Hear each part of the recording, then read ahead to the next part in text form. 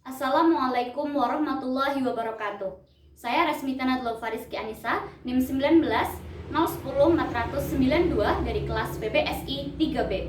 Di sini yang pertama saya akan membahas teori relevansi 1. Hubungan teori relevansi dengan teori komunikasi. Teori relevansi adalah sebuah teori yang digunakan untuk memahami atau menafsirkan ucapan. Sedangkan teori komunikasi adalah strategi yang akan menghasilkan alat dan kerangka kerja pada suatu hal yang akan dilaksanakan. Hubungan dari keduanya adalah teori relevansi ini merupakan teori dasar untuk memahami konteks komunikasi. Dan komunikasi yang baik adalah apabila pembicara dan pendengar saling memberikan informasi yang relevan atau saling berkaitan. Selanjutnya, hubungan teori relevansi dengan kognisi. Hubungan teori relevansi dengan kognisi adalah relevansi ini merupakan proses kognisi yang penting, yang mana kognisi sendiri berarti suatu bentuk anggapan yang bersifat sementara, yang didapatkan setelah proses berpikir. Jadi, dalam sebuah proses pemahaman komunikasi, diperlukan sebuah anggapan atau hipotesis dari pesan yang disampaikan oleh komunikator. Selanjutnya ada kritik filosofis terhadap teori relevansi. Kritik filosofis terhadap teori relevansi itu berupa positivisme logika. Karena pada dasarnya teori relevansi ini tidak mendapatkan dukungan dari ilmu-ilmu lain. Maka dari itu, positivisme logika ini muncul untuk melawan kondisi yang berhubungan dengan kebudayaan. Selanjutnya kita akan membahas teori relevansi 2. Teori Putnam tentang positivisme. Positivisme adalah suatu pernyataan di mana kebenarannya itu tidak dapat dibuktikan secara langsung, tetapi harus dibuktikan dengan pengalaman dan pernyataan tersebut dianggap tidak mempunyai makna. Contohnya, seseorang yang belajar dengan tekun nantinya akan memperoleh ilmu yang bermanfaat bagi kehidupannya. Pernyataan ini kebenarannya harus dibuktikan terlebih dahulu dengan pengalaman. Kemudian, reduksionisme ilmiah teori relevansi. Reduksionisme ilmiah teori relevansi adalah penjelasan suatu makna wacana ilmiah yang ada kaitannya dengan kondisi-kondisi pengamalan. Untuk memperoleh suatu makna dari wacana ilmiah tersebut, kalimat itu harus diterjemahkan secara kompleks. Contohnya, dalam sosiologi sastra, apabila ingin mengetahui suatu makna dari wacana ilmiah, harus dilakukan pengamatan terlebih dahulu. Selanjutnya ada ciri-ciri teori relevansi. Yang pertama, kaidah-kaidah eliminasi, entry logika konsep-konsep. Yang kedua, peran dedukasi dalam memahami ujaran. Dan yang ketiga ada konsep fungsional konfirmasi. Nah, dalam bagian ini kita akan membahas bagaimana tuduhan yang dapat dikembangkan untuk menentang ciri-ciri penting teori relevansi di atas. Yang pertama akan kita bahas adalah menentang reduksionisme kaidah-kaidah eliminasi. Reduksionisme kaidah-kaidah eliminasi itu adalah suatu pernyataan yang dalam pengungkapannya menggunakan berbagai variasi, tetapi pada dasarnya struktur konsep tersebut tidak berubah. Contohnya, Tania sedang berada di rumahmu. Ada seseorang sedang berada di rumahmu. Pada kedua kalimat di atas, dalam mengungkapkannya dalam sebuah pernyataan dengan variasi yang berbeda, tetapi memiliki struktur yang sama. Selanjutnya adalah menentang reduksionisme kedua, yakni dedukasi dan pemahaman. Reduksionisme dedukasi pemahaman yaitu proses menarik kesimpulan dari suatu pernyataan. Pernyataan tersebut berupa kalimat dedukasi yang kemudian ditarik kesimpulannya dari yang umum menjadi khusus. Contohnya, jika seseorang ingin bisa membaca puisi, maka ia harus belajar jika ingin pandai dalam membaca puisi. Dengan latihan fisik, pernafasan, latihan mengolah rasa, dan juga vokal. Jadi dapat ditarik kesimpulan dari pernyataan di atas bahwa seseorang yang ingin pandai membaca puisi harus latihan fisik, pernafasan, latihan mengolah rasa, dan juga latihan mengolah vokal. Baik, yang selanjutnya kita akan membahas tentang penentangan reduksionisme ketiga, konfirmasi fungsional. Reduksionisme konfirmasi fungsional yaitu menjelaskan adanya keterkaitan atau hubungan dari konsep yang sudah ada yang digunakan dalam konteks yang berbeda. Contohnya, kata bapak. Bapak ini mempunyai makna asli sebagai orang tua laki-laki, tetapi bisa digunakan juga untuk sapaan kepada orang laki-laki lain yang lebih tua, tergantung dengan konsep yang digunakan. Selanjutnya kita akan membahas mengenai pragmatik dan pikiran. Pikiran adalah sumber awal yang dilakukan setiap manusia. Hal ini berkaitan dengan banyaknya kesalahan filosofis dan teoritis yang rancu dikarenakan pragmatik dan kajiannya masih sangat sedikit. Ujaran yang dihasilkan oleh seseorang melalui bahasa bisa merefleksikan isi pikiran penutur ujaran. Pragmatik dan pikiran ini berkaitan dengan hubungan suatu bahasa dengan pikiran. Pragmatik dan pikiran merupakan suatu cerminan terbaik dalam membentuk penalaran pada diri seseorang. Hobbes mengajukan teori komputasional yang menganggap bahwa pikiran manusia adalah komputasi yang di dalamnya berkaitan dengan penalaran pikiran. Maka dapat disimpulkan pikiran manusia itu dapat dilihat dengan jelas dengan cara memperhatikan dan melihat cara bagaimana seseorang dalam penggunaan bahasanya. Bentuk-bentuk pragmatik ini dibagi menjadi beberapa bidang. Yang pertama, berdasarkan tindak tutur. Bentuk-bentuk pragmatik yang dapat dibedakan menjadi 3, yaitu ilokusi, lokusi, dan perlokusi. Yang pertama adalah tindak lokusi, yakni tindak tutur yang digunakan untuk menyatakan sesuatu. Contohnya, tahun ini dia wisuda dengan nilai terbaik. Pada ujaran tersebut memberikan sebuah informasi mengenai hasil wisudanya. Yang kedua adalah tindak ilokusi. Tindak ilokusi ini berarti bentuk ungkapan yang selain berfungsi untuk mengonfirmasi sesuatu, juga dipergunakan untuk melakukan sesuatu. Nah, contohnya, bulan depan aku ulang tahun. Kalimat tersebut selain mengandung informasi bahwa bulan depan si aku, di sini sebagai anak, akan berulang tahun, tetapi juga memberi isyarat kepada orang tuanya agar memberikan hadiah untuknya. Selanjutnya ada tindak perlokusi. Nah, tindak perlokusi ini adalah suatu ungkapan yang penuturannya ini bertujuan untuk memperoleh pengaruh atau untuk mempengaruhi lawan tuturnya. Nah, contohnya, gendis anak yang sangat aktif. Kalimat tersebut jika disampaikan oleh orang tuanya kepada guru TK saat mendaftarkan sekolah, memiliki maksud ilokusi agar gendis dapat dimaklumi ketika anaknya sangat aktif dan tidak mau diam. Tetapi makna perlokusinya ini diharapkan agar gendis bisa mendapatkan bimbingan yang lebih dan ruang belajar yang lebih luas agar dia bisa tetap menikmati kegiatan belajarnya. Nah, selanjutnya dibedakan berdasarkan implikatur. Implikatur yang pertama adalah implikatur konvensional. Implikatur konvensional adalah makna ujaran yang lazim atau umum, dapat berupa suatu adat atau kebiasaan yang mencerminkan perilaku tersebut. Contohnya, Bilar adalah orang Medan, karena itu dia garang dan terlihat menantang. Dalam kalimat ini secara umum dilihat dari adat dan kebiasaan yang memperlihatkan hubungan antara orang Medan dengan garang atau kasar. Selanjutnya adalah implikator percakapan.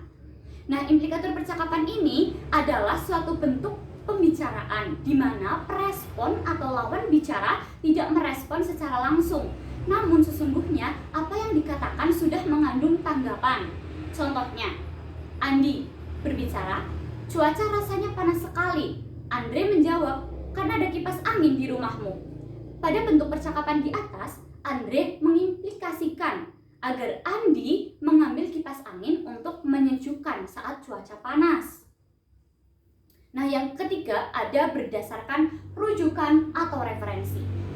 Maksud dari rujukan atau referensi ini adalah suatu kata atau frasa yang menunjuk kepada ungkapan yang telah disampaikan sebelumnya atau yang baru akan disampaikan.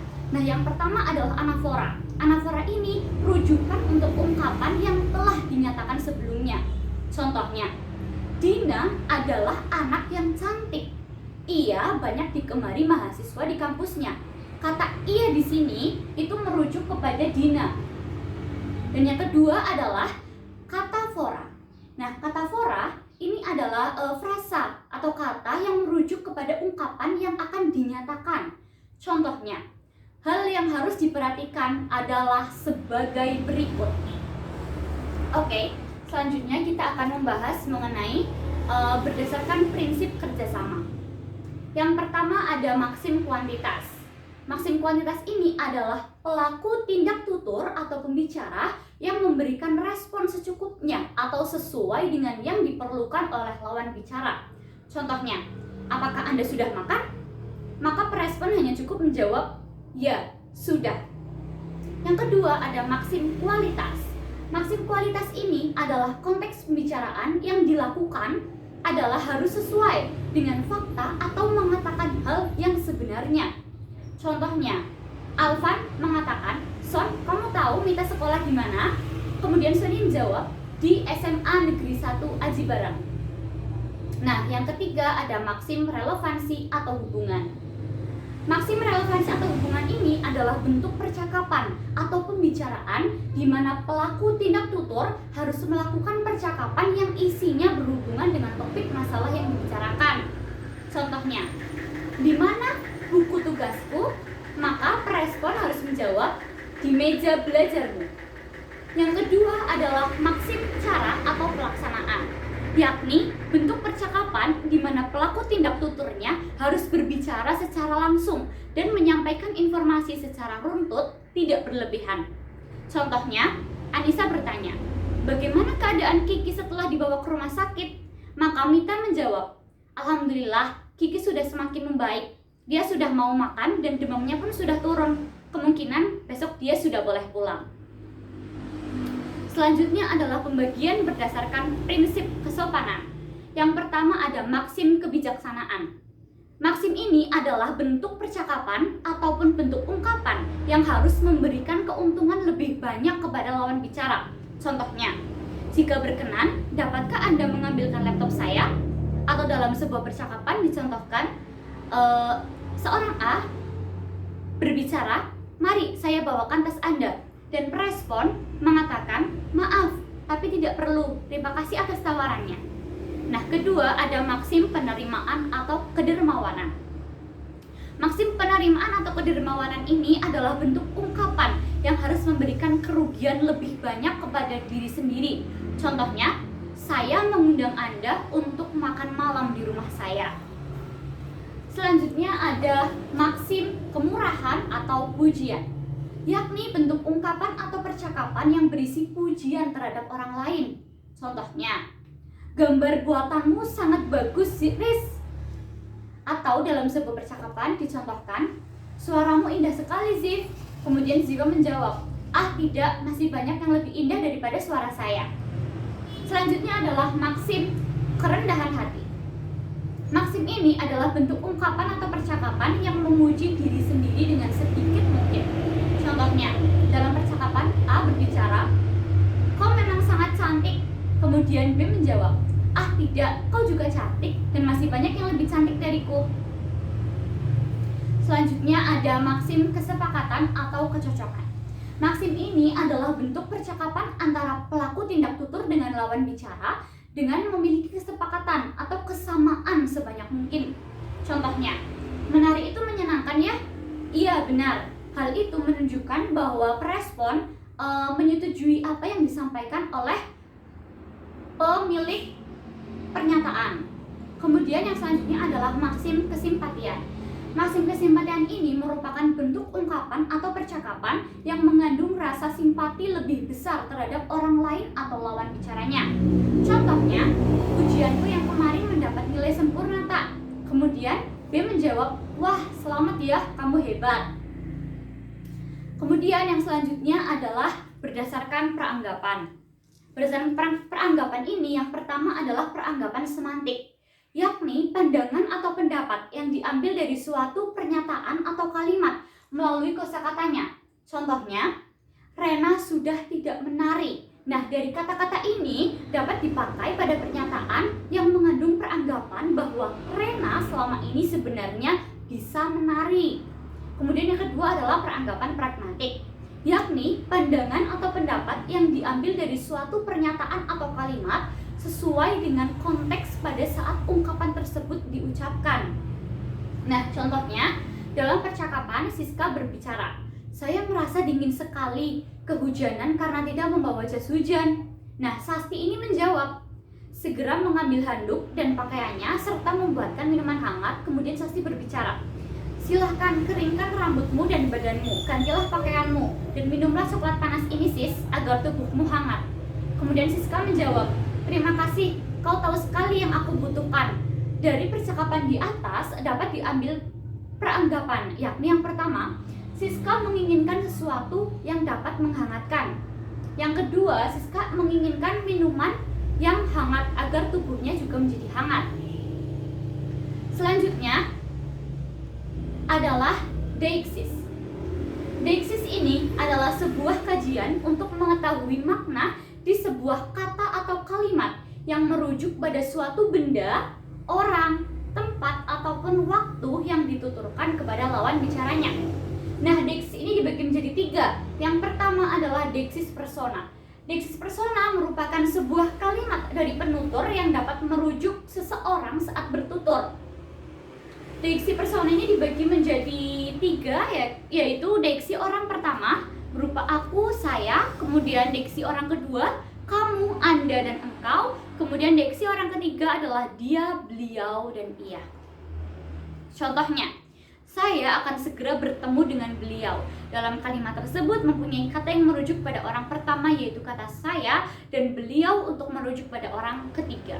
Yang kedua ada deiksi waktu, adalah sebuah kalimat dari penutur yang menggunakan perungkapan waktu sesuai dengan konteks karena hakikatnya waktu selalu berubah. Nah, contohnya, pukul berapa sekarang? Kalimat di atas menggunakan keterangan waktu sekarang karena menanyakan waktu pada saat ini juga. Nah, terakhir adalah deiksi ruang. Deiksi ruang ini adalah sebuah kalimat dari penutur dengan menggunakan keterangan tempat untuk menunjuk suatu tempat dalam sebuah tuturan, ditandai dengan kata di, ke, dan dari. Contohnya, dari mana ibu? Kalimat di atas menanyakan suatu tempat yang telah ibu kunjungi. Nah, sekian yang dapat saya sampaikan. Terima kasih dan mohon maaf atas segala kekurangan. Wassalamualaikum warahmatullahi wabarakatuh.